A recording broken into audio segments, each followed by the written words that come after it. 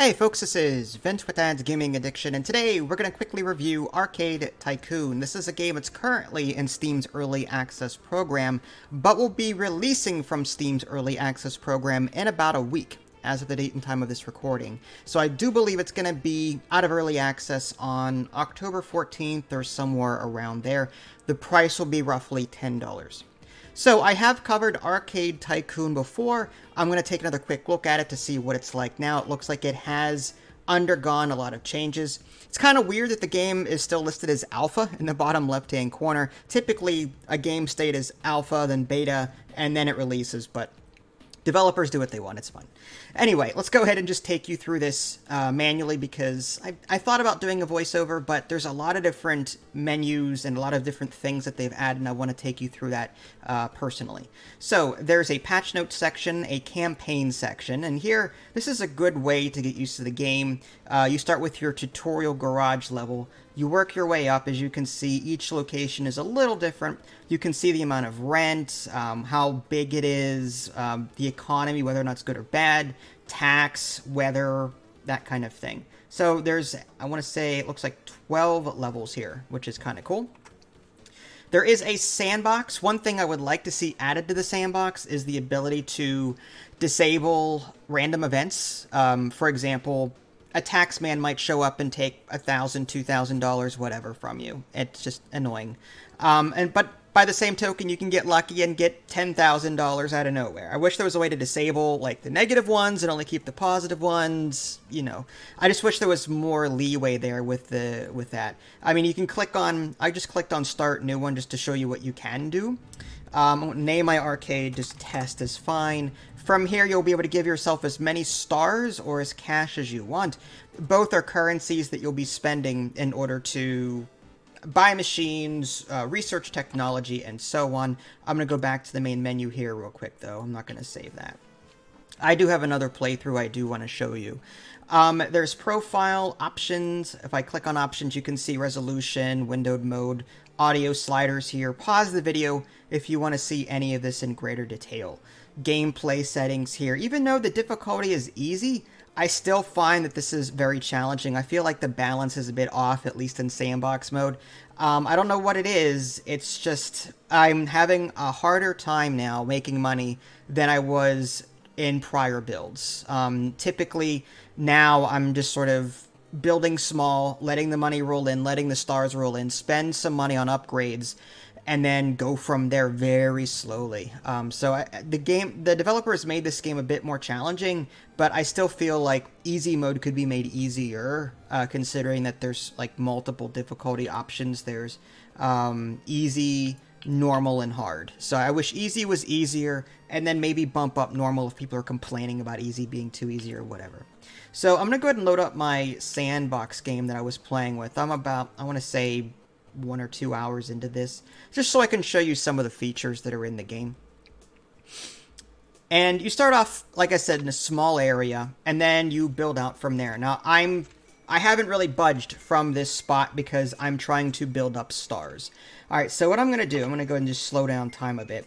You start off with nothing, by the way. I put all of this down off screen. You've got token machines, for example. People will come here to get tokens. This is your primary source of income, really. People put money in, they get tokens, they spend tokens, just like in the old-timey arcades that I'm used to, that I played in as a kid. I'll just take you through the interface real quick, just to show you around. Upper left-hand corner is a little mailbox. You can see stuff going on there, whether or not you have low power. Random events will pop in here as well. Oh, you gained money, or oh, you lost money. Again, being able to disable that would have been nice. There's a checklist. These are good things to have in order to keep the machine running, basically. Keep your business going. So there's that. Upper right-hand corner, that's new to me, is contracts. These are random, it seems. And one thing I don't like is that a lot of these are like hard, very hard, medium. I don't see a whole lot of easies here. And this is, again, sandbox mode, so maybe it's different in the campaign, but it just seems like there's an imbalance here when it comes to how difficult these are. I would have preferred to see more easy, maybe a bigger mix, or maybe a filter that allows me to only, you know, randomly generate easy ones or whatever. I just think that these are in the beginning of the game in Sandbox. Fire 10 staff members. If you had 10 staff members in the very beginning of the game, you'd go bankrupt. I'm just saying, purchase 5,000 watts of power. I'm only at 2,000 right now. I'm never going to get to this in a decent amount of time. So I feel like these contracts are imbalanced for the beginning of your Sandbox playthrough. Again, it may be different in campaign. I just jumped into Sandbox to give this a go. So I think this needs a bit more work in terms of balance, okay? On the bottom right is how many stars and how much money you have. I can click on that and see my finances, how I'm doing, where I'm spending my money, and so on. Battery power. You can come here to purchase more wattage. All the machines in your place have a watt. Oh, this is another complaint I have. I'll get to that in a minute. My little Roomba can't keep up. Anyway, every machine here has some kind of power requirement, like this Crimson that I just clicked on. On the right-hand side, it says power consumption 155 watts. I need to make sure that I've got enough power, otherwise I get a short circuit and things blow up. Machines need to be repaired, sort of like that machine just kind of blew up there. But imagine all of them doing that, okay? So you need to make sure that you're buying power from there. There's time controls here. You can buy faster time controls via the upgrade menu, and I'll get to that in a little bit. Bottom left-hand corner, there's a ton of menus. You can see your objectives. Just click on that. Oh, and when you repair something, you have to toggle it back on. I wish there was like a auto turn back on after being repaired button or toggle. That's just annoying. Imagine your arcade short-circuiting and you have to manually click through 10 machines and turn them all on after they got fixed. That's annoying. There needs to be some kind of automation there, I think. Upgrades and unlockables, this is where you go to spend stars, primarily, but you can spend them in other places too. But you can unlock things like rate relief, reduces monthly rent by 25%. I'm saving up for that because rent is crazy. That'll save me a lot of money. There's 1% bank interest per month, times 3 speed, times 4 speed. One of my contracts was to stay in times 4 speed mode for a minute. Well, I'm not even... To get to that contract and do it, it'd take me a while. So again, the contracts are a bit imbalanced for Sandbox. Hardwood machines and so on. So you can spend stars here in order... Oh, I got a reward. All right. I got a reward from the contract there that I did. Anyway, so long story short, stars, research, there we go. Finances, I've already shown you that. You can also take out loans on the bottom there. You can upgrade employees. They level up. You can see their happiness, wage.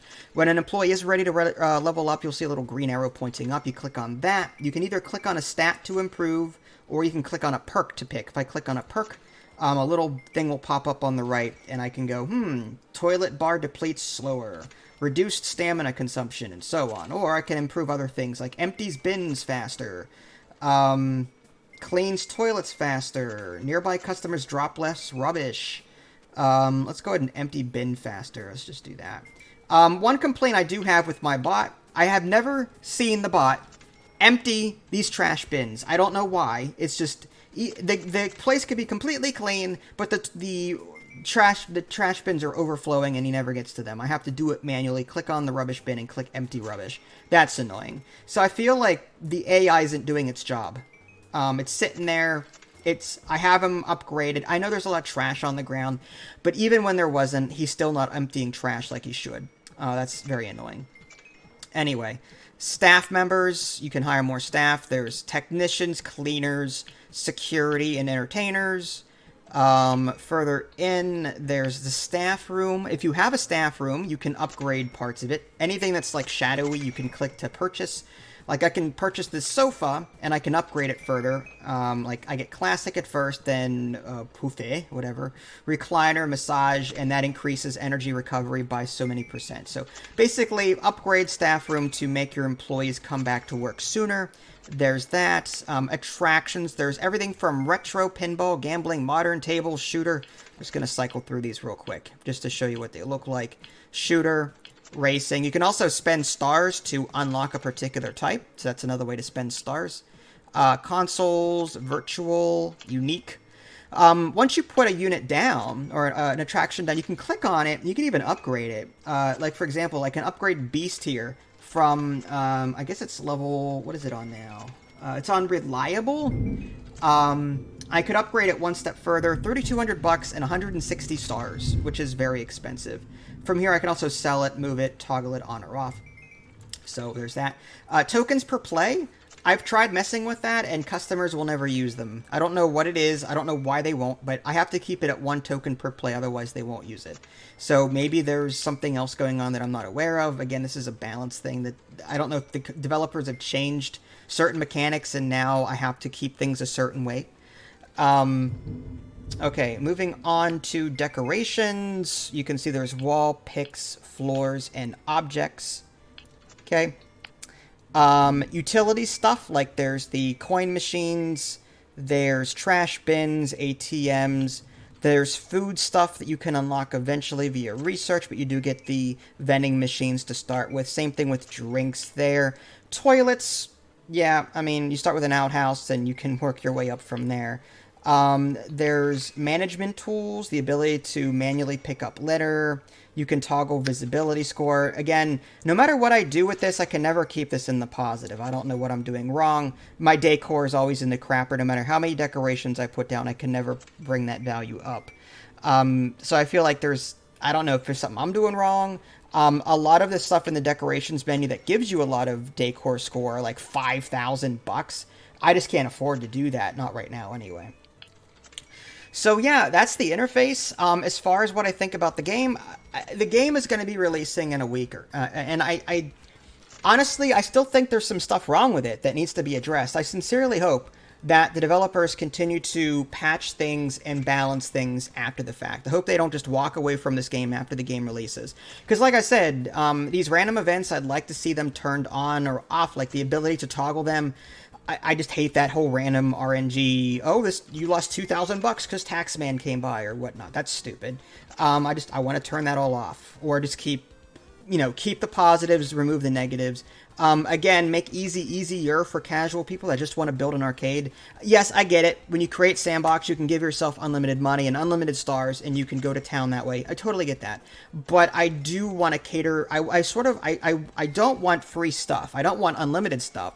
I want the game to be easy enough to where I can sit back and have fun with it, but still have to manage a business, if that makes any sense. There's a certain balance there that I look for when it comes to, like, and it's that easy to medium. You know what I mean? That's kind of what I look for. And I feel that easy is still too difficult. And again, this Roomba employee not emptying these trash bins, he just refuses to do it. I don't know why. He just refuses to do it. I have to do it myself. So again, the game is still a week away from being released. Otherwise, the game is cool. It's very casual, very light. I love the fact that you can upgrade machines. It's very grindy, though. You have to spend a lot of stars to research, to unlock more machines, to upgrade these machines. It's a lot of grind. So you may find yourself windowed mode watching Netflix or something while this is running in the background. That being said, for $10, it's decent. There's not a whole lot of games like this out on the market. So I'm glad the developers are going this route with this particular game. But again, I still feel it could be improved in a few areas. If you guys haven't already, subscribe to me on Twitch and YouTube. That way you can stay up to date with any new content I'm going to publish. This is Vince. Thanks for watching, and I'll catch you guys next time.